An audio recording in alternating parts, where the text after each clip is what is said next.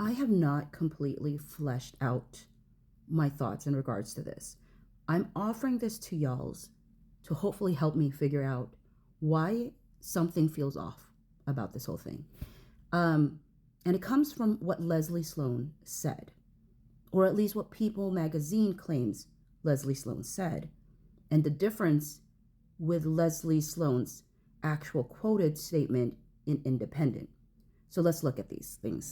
So for those that want to read this article for yourself, it's People magazine. Justin Baldoni's lawyer says the truth about Blake Lively's legal complaint will expose those who believe themselves untouchable, and it's an exclusive that was published on December 29, 2024.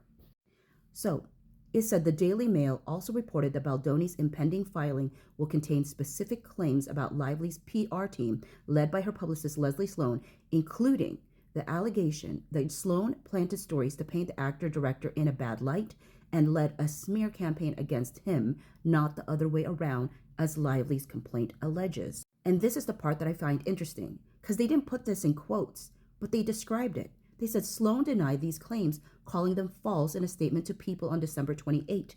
She says she did not originate any stories about allegations of HR complaints on the set of the adaptation of the Colleen Hoover novel, and that she was informed that the press, had learned of them through a relative of a member of Baldoni's PR team who works for the New York Post. We know that she's talking here about Sarah Nathan. Well, then let's read the Independent article. So if you want to read that article, it's the one that says Justin Baldoni's lawyer says his countersuit to Blake Lively's claims will shock everyone, and that's dated December 30. And I know that this is exactly the same interview because there's a quote that they both use in People and in Independent. But with this one, there's an actual quote from Leslie Sloane, but it's not what People magazine, which, it's interesting. It's not what People magazine said. And it says this. She said, I was contacted on 8/11 by Sarah Nathan, Melissa Nathan's sister, forwarding an anonymous tip that Page 6 received regarding allegations of HR complaints on the set of It Ends With Us, Sloane said in a statement to Us Weekly, as Baldoni's crisis representative, Melissa Nathan, was named in Lively's lawsuit. Okay, that is interesting too, because in the People magazine, they talk about the New York Post. We know that Sarah Nathan works for both the New York Post and Page 6. And also peep the timing, August 11th. Okay, August 11th. After that, I was contacted by various press outlets asking about allegations of HR complaints. When contacted, I responded to press questions by referring them to Wayfair or Sony for information regarding HR complaints, she continued. So People magazine made it sound like she was blaming Sarah Nathan for the leak.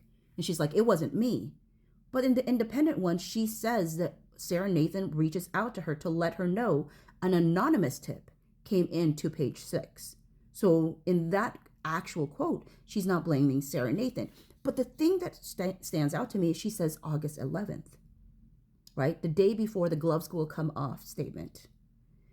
But the interesting thing is no inquiries happened to Wayfarer until August 14. It says further on or around August 14, 2024, this is Blake Lively's lawsuit, right?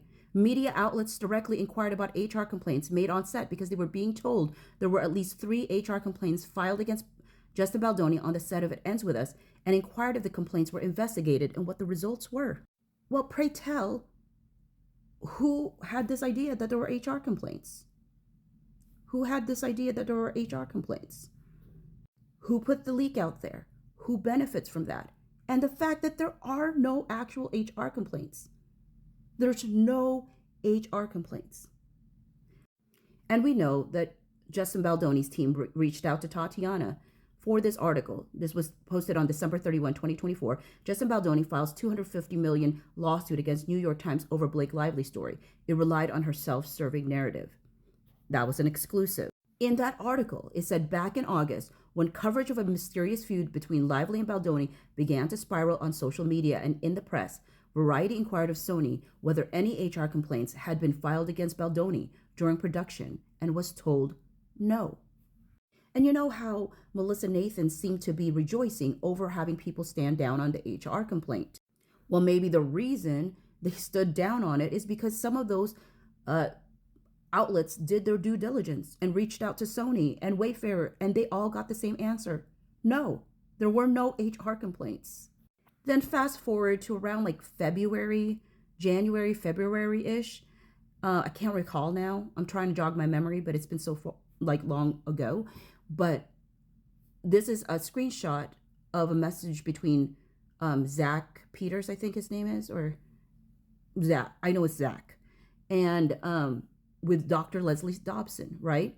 She was one of the biggest proponents pushing out this lie about these HR complaints, because anybody who's read those HR complaints know that no HR person would ever, ever write like that.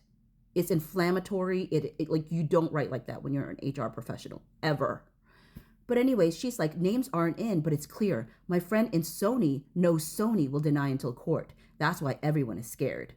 Okay, like, but there is no HR complaint. So all in all, I'm saying that if it turns out, as we all believe, that there are no HR complaints, it has been consistently brought up that there are no like formal HR complaints. The person who leaked that there is 3 HR complaints, right? The only person who would benefit from that is someone from Blake Lively's camp lying about it. Why 3? Because they were trying to push the idea that Blake Lively, Jenny Slate, and Isabella Ferrer put in HR complaints against Justin Baldoni.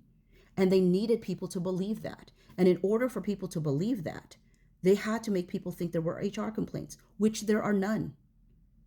There are none. And this is why you've still not seen it to this day. You haven't even seen an email from Blake Lively saying, like, here is my HR complaint or anything.